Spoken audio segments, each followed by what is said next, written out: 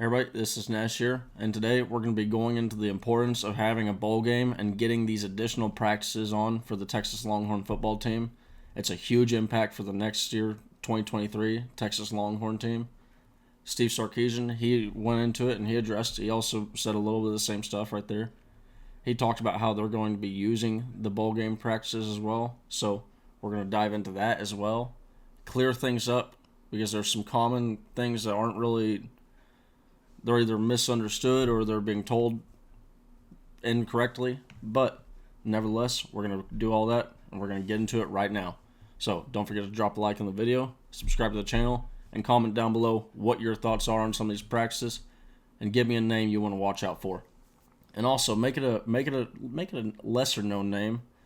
And speaking of lesser known names, head on to Underdog Fantasy Football. Find yourself an underdog on there. They got a bunch of fun prop bets. Use code Nash for your first dollar for dollar deposit up to 100%, up to $100. All right, everybody. Always rooting on those underdogs. And let's hop right into it now. Okay. So we get the bowl game practices. Big. And I'll tell you why. The number one reason why is because our team right now, this could be wrong. If it's slightly off, okay, who cares? Like, this number is so far off, the gap is so big that I could be off like 10 names and it'd still be a big deal.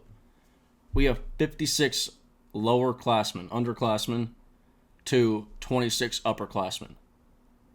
There are 14, I believe there's 14 seniors and there's 12 juniors. That's like, having these practices is huge. Sarkisian has done a huge roster turnover. Look at the offensive line. I mean, these practices for the offensive line is going to be absolutely massive. We didn't have a lot of these guys in there. We didn't have a Campbell. We didn't have a Kelvin Banks in the spring last year.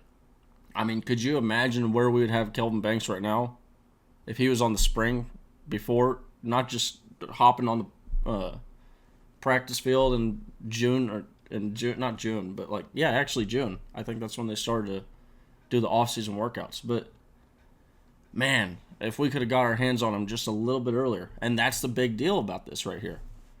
And so let's look at the schedule right here. Our bowl game. I went over it. If you watched my video yesterday, awesome. You already know. If you didn't, go watch that right after this. 28th and 28th and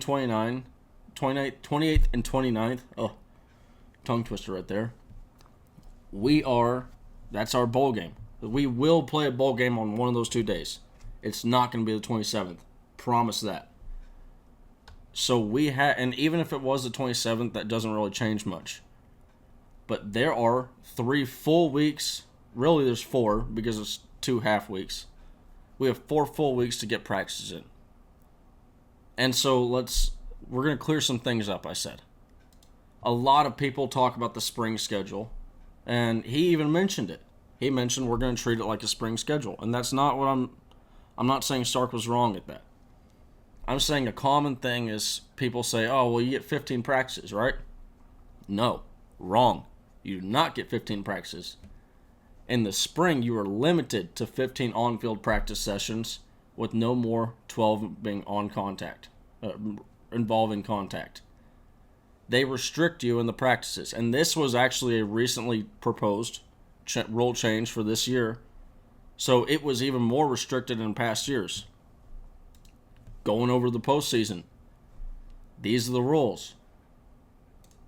You are allowed to have 4 hours per day and up to 20 hours per week.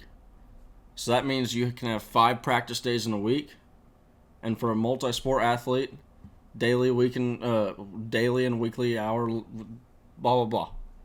We don't pay attention to that because we don't have any multi-sport athletes on our team right now. But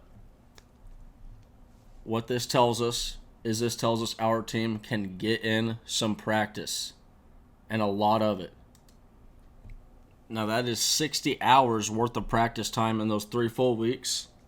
And then you can get into up to 10 hours in the other week, the other 2 half weeks. I mean, this is huge. And now, yes, I know if you did the math, 60 comes out to 15, but that's at the minimum. I mean, that's if we were only taking advantage of those 3 weeks. So we're able to get in more practices in 15. We're not limited to 15 is the point of what I was trying to say earlier. But this right here, like, it can't be stated enough how big it is to be able to get practices for these guys. Like, our entire offensive line is young.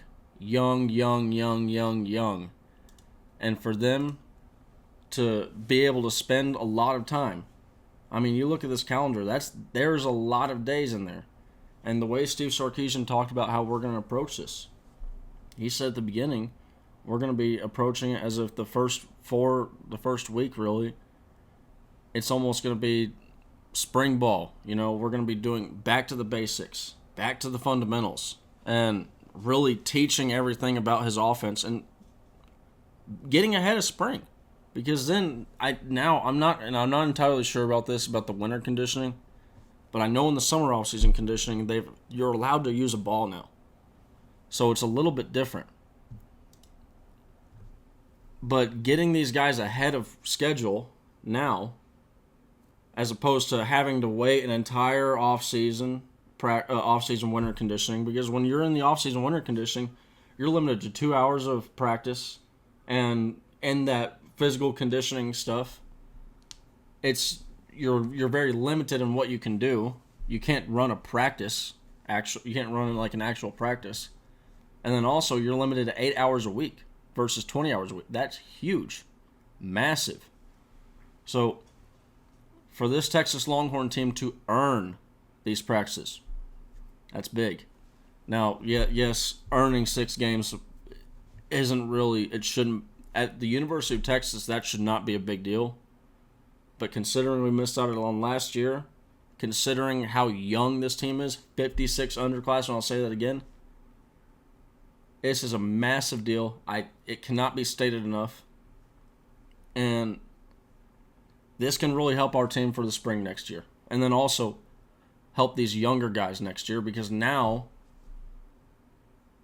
the coaching staff, they're able to, when we have these early enrollees, when we have these young signees come in, the coaching staff is able to sit there and spend more time on them because they've already spent time that they would be spending now.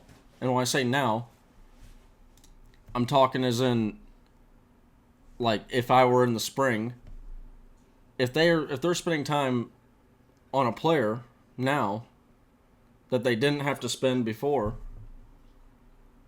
and I'm probably really confusing the hell out of y'all because I'm confusing myself right here, but I think you get what I'm saying. I'm trying to say that you're able to spend time on the newer players versus having to spend time on the older guys when you had the practice and you already got to spend the time on them. But, again, huge. Huge. It's huge for the development because now when we're having these exit interviews and we're having guys, we're starting to get an idea of what the roster's looking like next year. Okay, let's get this guy work. He needs work. But, all right, everybody, that's going to conclude for today's video. It's a big deal. It is. And, yeah, I don't think it can be stated enough. All right, everybody, hope you all have a great day. Hook 'em!